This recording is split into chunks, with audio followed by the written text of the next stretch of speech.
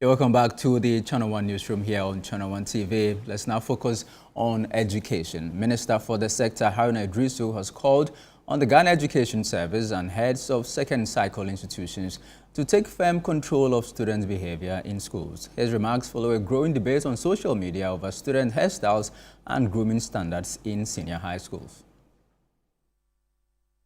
Speaking at the 75th anniversary celebration of Mauli School, the Education Minister addressed growing concerns about rising indiscipline among students, stressing that schools exist to mold character and instill values, not to promote fashion or beauty trends. He noted that while education sharpens intellect, it must also cultivate discipline, which forms the foundation for responsible citizenship. Haruna Iddrisu insisted that institutions must uphold their standards of conduct as discipline remains essential to both academic excellence and moral growth. We will not tolerate it tomorrow, and so long as we are molding character, if we give it to her today, tomorrow it will be shoes, and the next day it will be the way they dress.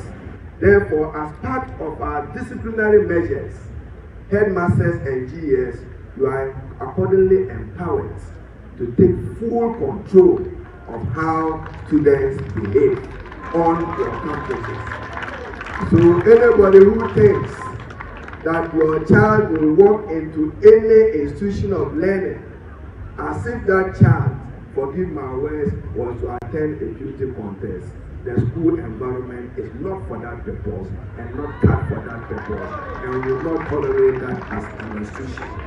The minister, however, urged teachers to exercise restraint, cautioning that any form of abuse or excessive punishments in the name of discipline will not be tolerated. He warned that sanctions will be applied against educators who overstep their boundaries. There is a lot of growing indiscipline in our schools, some even with teachers abusing learners. We will not accept that. We will apply heavy sanctions to any teacher who wants to take advantage of a learner.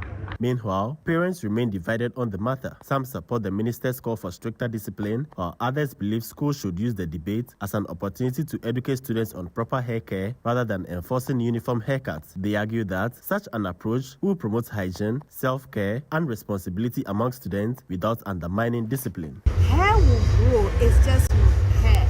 It takes a lot to maintain your hair.